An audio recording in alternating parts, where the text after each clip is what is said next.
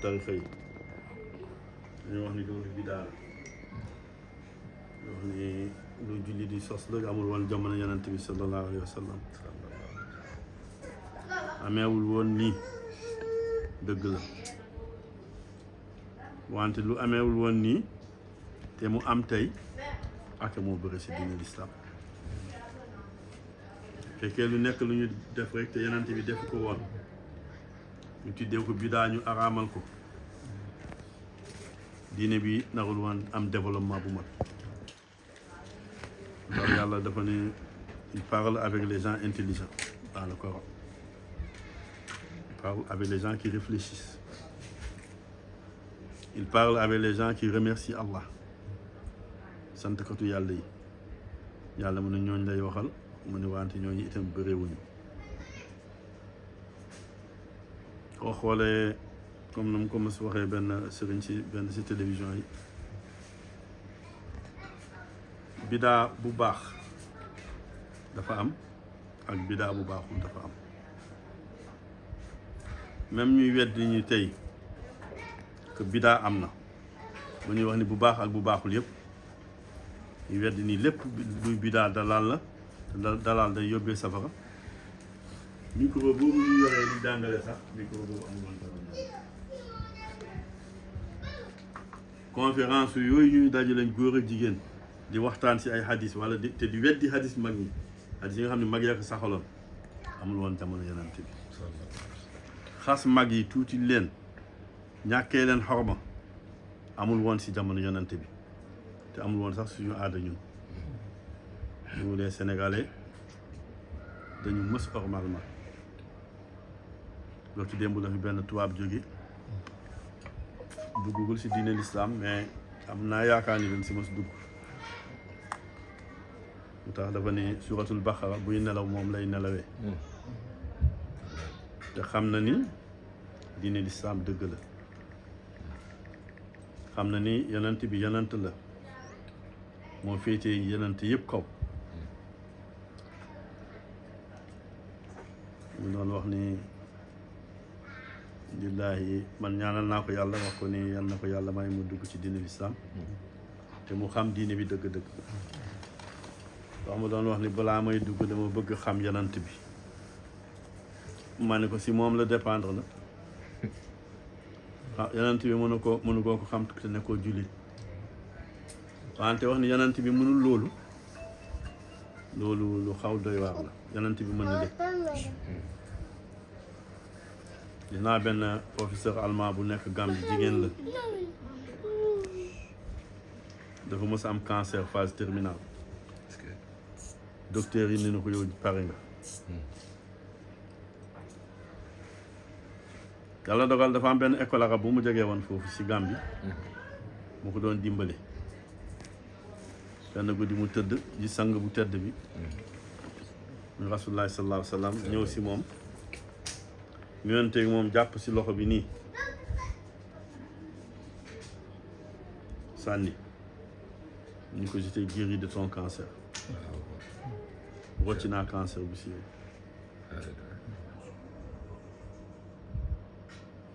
mu def nag depuis jamono jooju dafay bëri woon lu mu gis yonent bi te Sénégal am na ñuy weddi gis yonent bi am ñu koy weddi soo amee fatul akbar dootoo gis leneen lu Rasulullah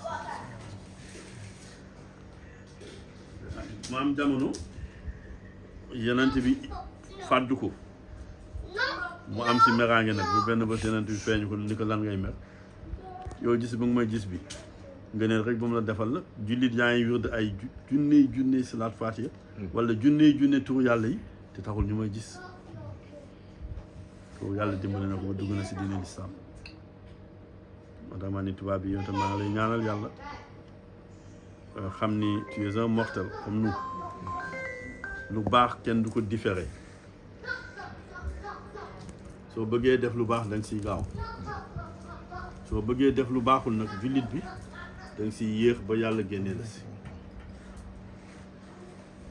jamono yonent bi tam amoon na ay soxnaam yi nga xam ni dañu doon wut ay saaku dugal si ay xooxu tàndarma si lim bu takku wala dugal si ay ay xeer wala ay coquillage wala loo xam ne daal mën nañ ko wàññee ñu doon toog di wirde bi mooy dañuy jël benn per jàng lu ñuy jàngal di teg benn per jàng lu ñuy jàngal di teg ba mu jeex wàññi la doon jëriñ supposons nga def si 1000 boo amee 1000 am nga 1000 ñun yàlla dimbali ñu àdduna di dox ba mu feeñal lim si kurus boo ajee màkk booy agsi rek nga yoree sa kurus li ñu leen njëkk wax mooy bidaa xaram bidaa xaram 1981 dañu ànd ak Cheikh ñu ziyaare Rasulullah sallallahu alayhi wa sallam ba pare génni photo wu nag si kanamu rawdu bi soo génnee benn policier ñëw ni day foq ci téléphone bi si doxu Lamine Kane xamul Lamine Kane malaaka la yaram baa ngi wow koŋ moom moo doon dox ba yàgg mu suyenu Cheikh Ahmad Tidiane Cheikh Tidiane ñëw dugg ci moom mu nekkaat Cheikh Tidiane bu ñibbi këram mais jabar ji du ko gis moom rek moo koy gis yal na ko yàlla kooku mosuma gis taalibe bu mel na moom si njub si baax si woyof si bëri xam-xam ak nëbb nit ñi ak di jokkale taalibe yi day doxee tànkam kër taalibe bu nekk dañ fa dem si yàlla la Lamine foqal ci bi ni ko kii mënoo ko jël sama loxo mu ni photo dafa xaraam Cheikh demoon na ba génni ñun ñu taxaw di wax ak moom man ak moom Thierno Ibrahima ak Lamine ak Oustaz Oumar mooy shérif ba ma leen présenté woon Boubacar ba ma waxoon ni moom gàddaay Cheikh fatal la jëloon Regueil Bad la il fait partie des tribus guerrières ñu koy wax mu ne c'est ngeen di wat seen sikkim yi nangam sangam alors yonent waxoon nañu bàyyi suñ si Cheikh xëy boo benn waaye ni demal wax Oustaz Oumar nañ ñëw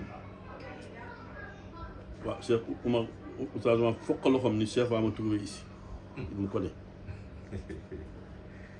Cheikh def demi tour mu ñëw waa ji di wax mu dajeeg na fu muy wax di sikkim bi seen sikkim yi ngeen di wat bi daal la Cheikh ni ko kan moo solo xadis bi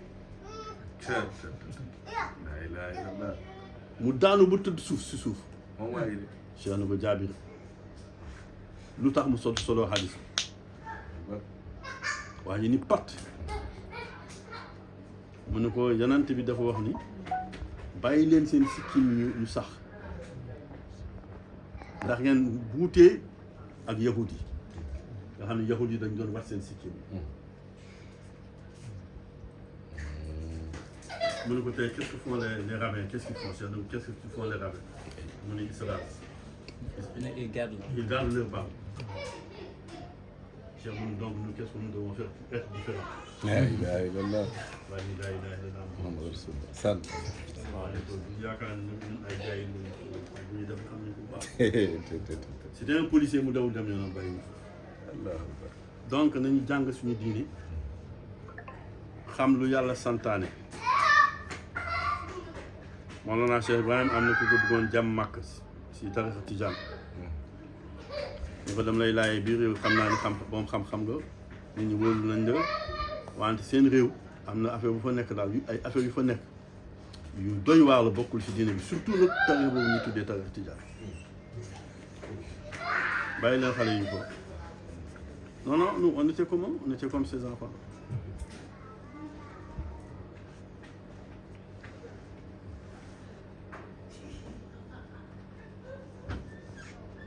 mu ni ko Cheikh Ibrahim radiallahu anhu si mbaaxam ak si alhamdulilah bëgg dimbale ñëpp mu ne ko est-ce que xam nga tarix Cheikh Ahmad Tijaan mu ne ko non waxu rek ni nangam sangam déedéet dafa ni xamoo ko moom déedéet mu ne man xam naa ko ku xam ak ku xamul bu ñu dajee kan moo wax laaj waa ji ni ko ku xamul moo war a laaj ma ne ko man si tarix Cheikh Tidiane laa nekk xam naa ko bu baax dam lay laaj est-ce que dagan na jullit di wax moroomam jullit bul jàng a'uuzu billahi mina shaytaani rajim dégg nga mu ni yàlla moo wax ci alxuraan balaa ngeen di jàng dara ci alxuraan musuli leen si seytaan dagan na jullit bàyyi ko wala mu ne ko déedéet non loolu macha allah loolu waxu yàlla la mu ne ko dagan na jullit mu aaye mbokkam jullit di ko wax bul jàng faatihatul kitaab mu ne ko déedéet loolu gaa mooy ubbee lépp yàlla soo jàngee soo jullee sax jàngoo faatiha yàlla du ko nangu mu ne ko est-ce que dagan na jullit di wax mbokkam jullit bul di wax astafirullah mu ne déedéet yàlla moo wax ni su ngeen ma tooñee te ay tooñkat ngeen jéggalu leen ma su ngeen ma jéggaloo man yàlla ma jéggal leen mu ne wante yemul foofu nag de daf lay jéggal ba pare yàlla mu ne ma jox la cadeau neexal la xoolal yàlla yow nga tooñ ko tooñ bu metti nga jéggalu ko mu jéggal la ba pare neexal la xoolal beneen prince boo ko xoolal Macky Sall rek nga def ko tarafatal ay ni su la jàppee dootu la jéggal nga tooñaat yàlla encore nga ni astafurlah nga tooñaat yàlla si bëccëg nga tooñ ci ñetti yoon 8 heures du matin nga tooñ jéggalu midi nga tooñ jéggalu 5 heures nga tooñ jéggalu yàlla mu ne sama jaam bi defal lu la neex jéggal naa la te danaa la neexal li ma wax addis li ma wax léegi waxuñ ko nag pour nit ñi di dem tooñ yàlla de mu ne ko est-ce que dagan nañu wax julli mu ne ko déedéet koy mooy fóot bàkkaar yi sax mu ne est-ce que dagan na ñuy wax jullit bul di julli si Yonent bi sallallahu alayhi wa sallam mu ne ko yàlla moo njëkk julli ga inna allaha wa malaikatahu yusalluna ala nabi man yàlla et mes anges nous prions sur le prophète est-ce que malaaka yi yàlla fu mu jullee est-ce que doyul voilà Dieu il est suffisant quand il dit je prie moi Dieu c'est terminé keneen mënul julli ku ko ëpp daraja wala ku ko ëpp maqaam mu ni et les anges pourquoi parce que Dieu veut faire connaître aux anges la place et la station du prophète sallallahu alayhi wa sallam yàlla dafa bëgg xamal malaaka yi daraja bu yonent bi am moo tax mu ni anges yi aussi lañ julli sallu après mu ni yaa ayyuhal lazina amanu vous les moumines par là des musulmans ordinaires ils sont dans les mosquées en train de nous insulter di daa ngeen di def di taal bombe ci kaw nit ñi parce que ils ne comprennent que le Coran sec ne comprennent que la lettre du Coran que la superficie du Coran mu ni yaa ayyuhal lazina amanu vous les croyants at-taqwa et la crainte d'Allah c'est ici la foi c'est ici c'est pas les actes cultuels seulement Allah akbar sami Allahu liman hamida c'est très bon c'est la prière tu ne le fais pas tu es un kafir il a dit vous les moumines maintenant priez sur Muhammad sallallahu alayhi wa sallam mais aussi ngeen sëlmal parce que ay doomu aadama ngeen da ngeen am soxla da ngeen di lekk da ngeen di naan da ngeen di sëy da ngeen di et cetera vous faites tout ce donc vous ne pouvez pas prier en permanence mais moi et les anges nous prions en permanence sur le prophète sallallahu alayhi wa sallam mu ne est-ce que dagal na jullit wax boromam jullit bu mu ko jullee bu mu julli seen mën ko déedéet on ne va ma la ilaha illallah moi et les autres prophètes devanciers kenn suñu indiwul lu gën kawe la ilaha illallah waaye ñu ko waaw mu ne ko lii mooy tarixa mu ne ko nga ni mu ne ko c'est ça la tijaniya a'uzu billahi min shaytanir rajim une fois Fatiha une fois sans astaghfirullah sans salat Fatiha sans la ilaha illallah lii mooy wirdu tijaan dagal nañu wax ñi ñen ñi si mu ne ko déedéet jaddi beesalal ma sama iman parce que j'ai douté des musulmans kon tey ku bëgg ki jël tarixa tijaan il a fait un pas en avant dans sa foi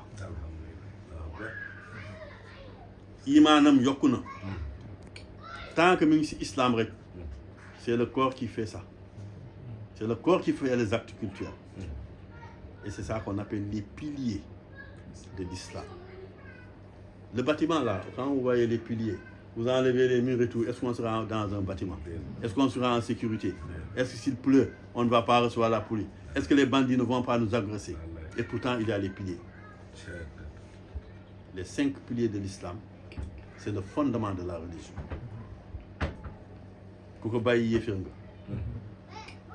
ku fa yam itam jullit nga de jullit bu baax nga wallaay mais Dieu il te paye en pesant sur la balance te képp ku ñu vérifier ñu jàpp la en fait commençant par moi man mën naa leen ñii paa yi ñii maam mais xam naa ni dans ma vie il y a des choses si demain l'ange doit sortir le dossier je vais attraper la main pour lui dire non non non laisse ça c'est pas un bon dossier ku nekk si ñun am ku nekk si ñun mosi def périmoni boo xam ni buggoo ëllëg yàlla feeñoo vrai ou faux ah war wala yéen amu leen ko daay c'est pourquoi puisque nous sommes des humains et que nous sommes des pécheurs nous devons obligatoirement adorer Allah. Si on se limite à l'islam, demain il va peser sur la balance les bons et les mauvais actes.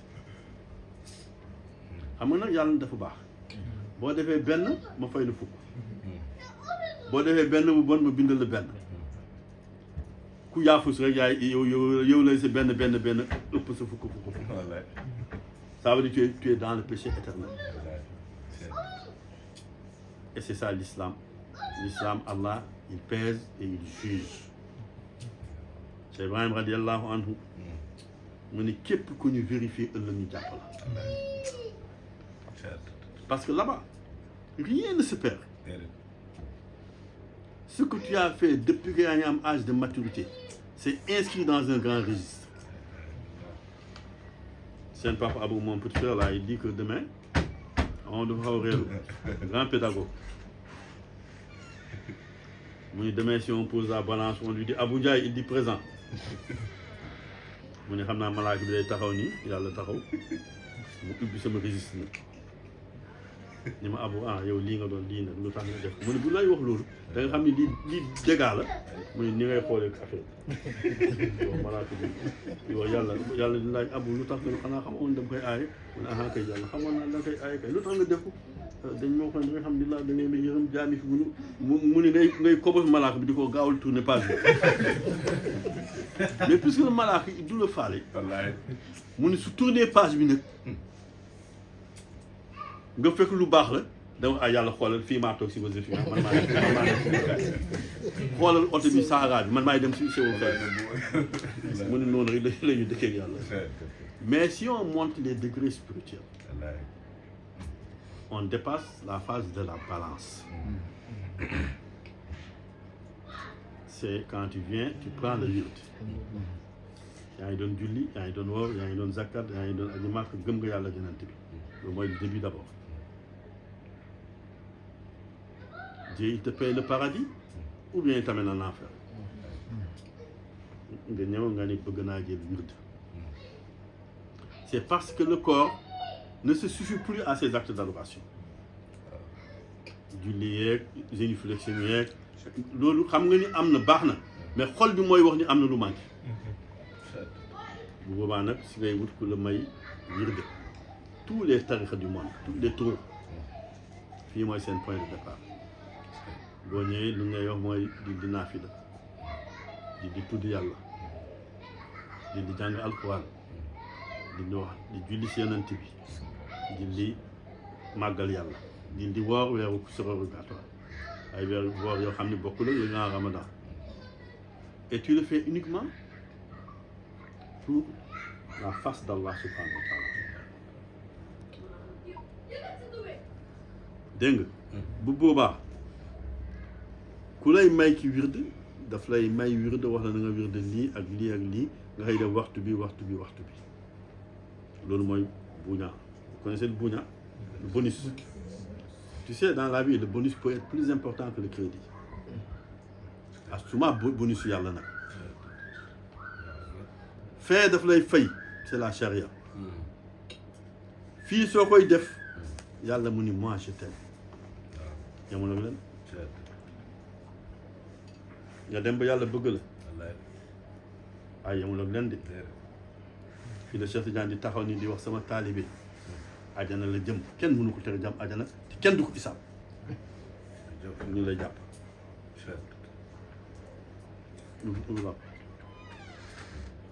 marhaba journée, tu gommes tes péchés au moins 3 ou 4 fois. Parce que tu dis astaghfirullah. Le matin, quand tu te réveilles, tu gommes les péchés de la nuit. Si tu as péché. Et tu peux ne pas pécher. Le péché aussi est facile. Parce que l'œil pêche, la bouche pêche, tout peut pécher. Mais nga jël si ko astaghfirullah 100 fois. Julli ci Yonent bi 100 fois. Haylala 100 fois. Fatiha 1 fois. Nga dem ba takkusaan.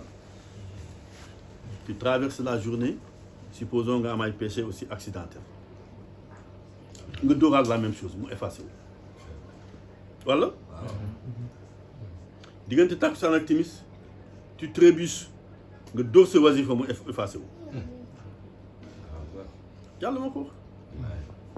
Demandez-moi, je vous pardonne. Il a dit, quelle que soit la grandeur du péché, aussi lourde que le mont Uhud.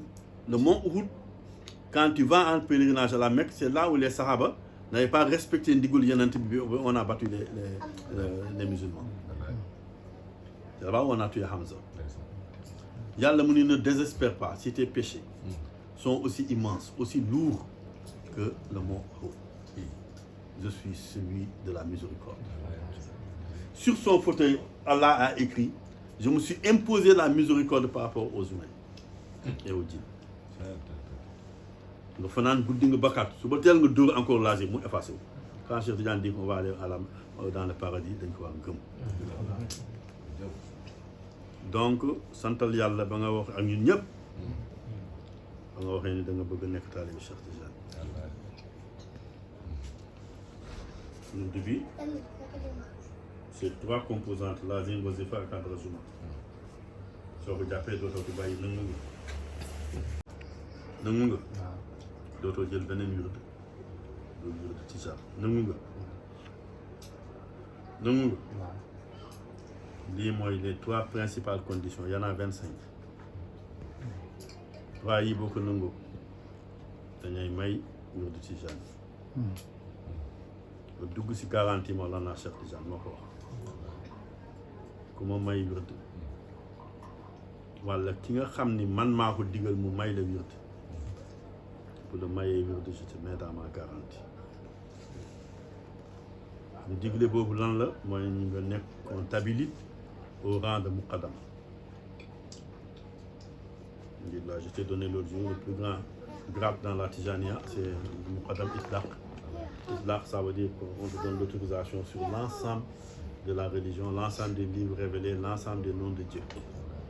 Et de lire des muqaddam à un nombre infini, en te recommandant la crainte d'Allah dans l'apparent comme dans le caché. Et quand quelqu'un comme ça donne le wird, il a l'autorisation de la salat fatih, il a l'autorisation de donner le wird. C'est la première condition. La deuxième, c'est que les gens comprennent que la salat fatih n'est pas une prière humaine, c'est une prière divine. C'est pourquoi quand Dieu disait, moi et mes anges, nous prions sur Muhammad sallallahu alayhi wa sallam. Quand j'ai dit Ibadou, vous me dites salatu Ibrahim, d'accord? Mais quelle est la salatu Ibrahim? Est-ce que c'est pas la salat fatih? Ils sont bloqués. Parce que le prophète a dit, priez sur moi, comme Allah a prié sur Ibrahim et la famille d'Ibrahim. Il dit comme, ça veut dire quoi? Est-ce qu'il a dit, est-ce que ça c'est une prière? Julli leen si man comme nous nan la Yàlla jullee si Ibrahim? Est-ce que du salat fatih? Donc c'est la salat qui n'a aucun au salim. Et c'est ça qui te montre son caractère divin. Allahumma salli ala sayyidina Muhammad al-Fatih lima ughliq khatim lima sabaqa nasir al-haqq bil-haqq hadi ila siratal mustaqim wa la alihi haqqa qadrihi. Aucun au salim. En dehors de ça, tout salat que tu prends, il y a au salim. Allahumma salli wa sallim. Voilà. Allah, même Jawratul Kamal a au salim. Parce que c'est des salades humaines. L'homme, il ne peut pas prier en permanence. Il prie et il se repose. Elle est supérieure, la salade Fatih, à l'ensemble des autres salades de l'univers. Maulana Cheikh Tidiane a dit que l'humanité, chacun 70 000 têtes, chaque tête 70 000 bouches, chaque bouche 70 000 langues, chaque langue 70 000 fois prononçant une autre salat. Tu prends un salat Fatiha et tu mets sur la balance ou daaneel. te mooy àggali si yàlla itam. Quand tu prendras le wird, tu le pratiqueras. Soo demee ba nga miin wird bi, il reste l'adoration maintenant du rôle. Dès que tu prends le wird, ton cœur va commencer à adorer Allah. booy dóor rek fekk ñaari fan ñetti fan leer bu nekk si kanam gaa yi commencé feeñ si te da nga xam ni am na foo newoon am na foo nekk léegi. Tu continues si tu mets les conditions parce que c'est pas aussi le prendre rek di wird di seetaan sa télévision wala di wird di taal sa portable di jàng kii elle a vu kii laa leen doon wax elle a vu en rêve Cheikh Ahmad Tidiane yóbbu ko si benn place. Ce qu'elle voit là, je ne peux pas le dire. Elle voit tout. Parce que c'est une disciple sincère. On a fait plus de 10 ans, 15 ans ensemble. Je suis parti des premiers disciples. Mais Yalla Moko Bahal Bokom. Et lui apparaissent. Mais les saints, Cheikh Tidiane l'a prise et l'a amenée à la plage. Nous avons Djangal Salat Fatih.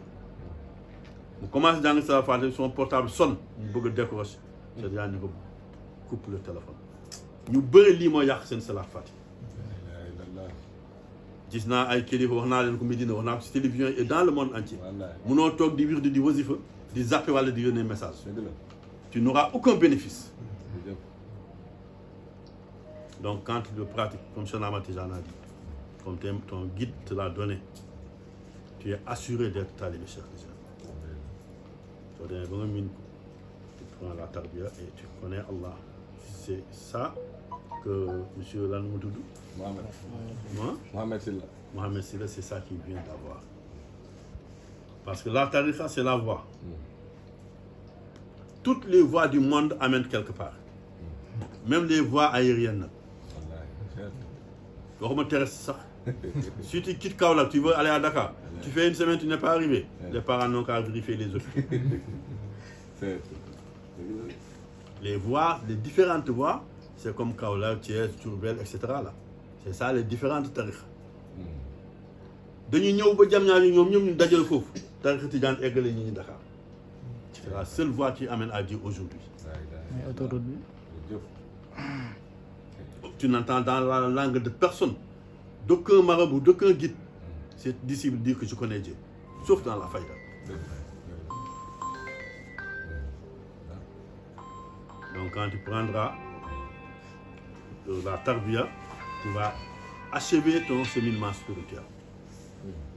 Cheikh Ahmad Tidiane, il a dit que ma voie, c'est la Tijaniya, c'est la route. Le but, c'est Ha Anta wa Rabbuk, tu es là et voilà Dieu. Quand tu arrives à Dieu, comme il a fait tout à l'heure, là, tu sauras que tu es arrivé à quelque chose que tu n'as jamais imaginé. Personne ne peut décrire comment il est arrivé à Dieu. C'est comme le tangal que tu matches là.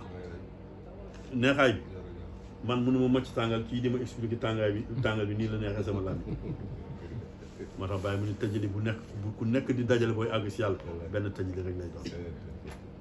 Tu as eu le Fatou, on t'encourage à aller de l'avant et d'avoir le Fatou Akbar. Fatou Akbar, c'est une fois que tu as le Fatou, qu'on te tienne la main, tu découvres, alhamdoulilah, les merveilles dans le livre d'Allah. Le plus grand nom de Dieu, le plus grand nom du prophète, le plus grand nom de Cheikh Ahmad Tidiane, le plus grand nom de Cheikh Ibrahim. Toi-même, ton nom, ton plus grand nom. Tu découvres, alhamdoulilah, ce que Allah a caché dans les hommes et dans le monde. Tu découvres les réalités, ce qu'on appelle les haqaïq. Tu découvres les mazahib, etc. Il y en a beaucoup. Tant que tu vis maintenant, tu vas marcher en Dieu. Boobaa nga xam ni nga jaamu yàlla.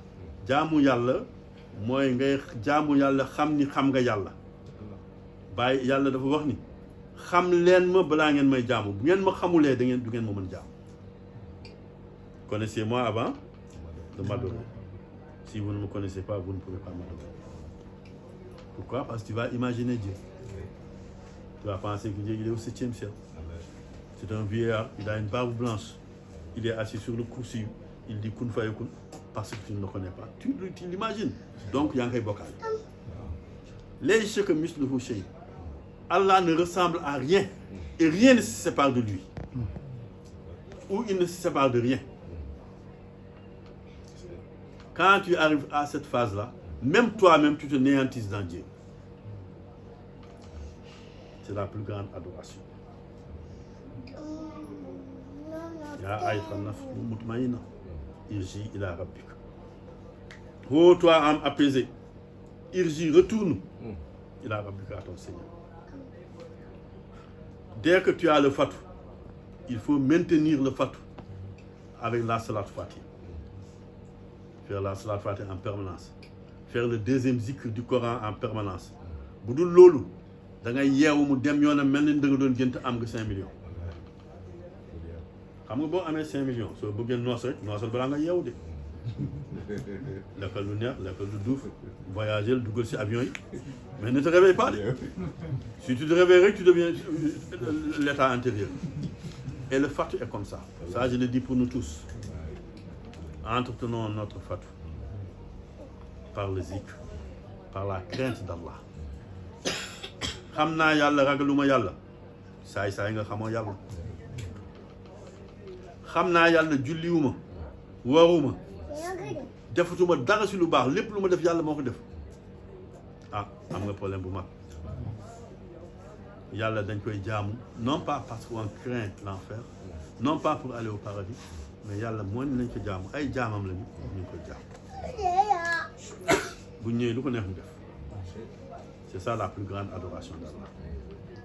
Il a dit lii moo ma neex bu leen def leen ko lii moo ma naqari bu leen ko def dans donc le chef de maison il est le Dieu dans sa maison, le président de la République il est Dieu dans sa République. Donc bu la santé defal rek bul bàyyi mu ne bul seet su la rek julli ndagam julli daan moo si nekk nangam yow mu ne si yoon nekku si yu koy julli la voilà.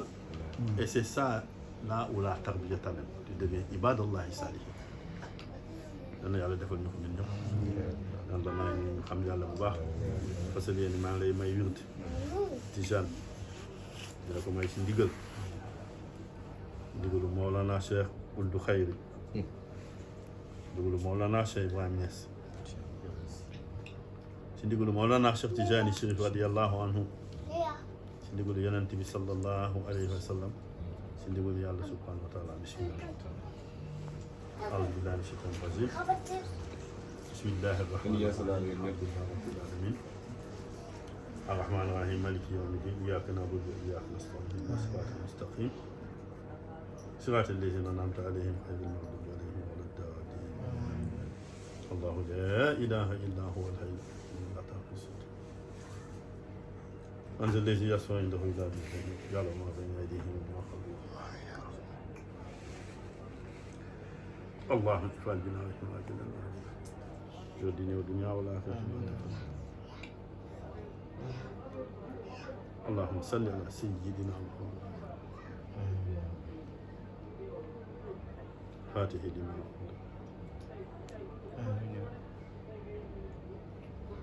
اللهم صل على سيدنا محمد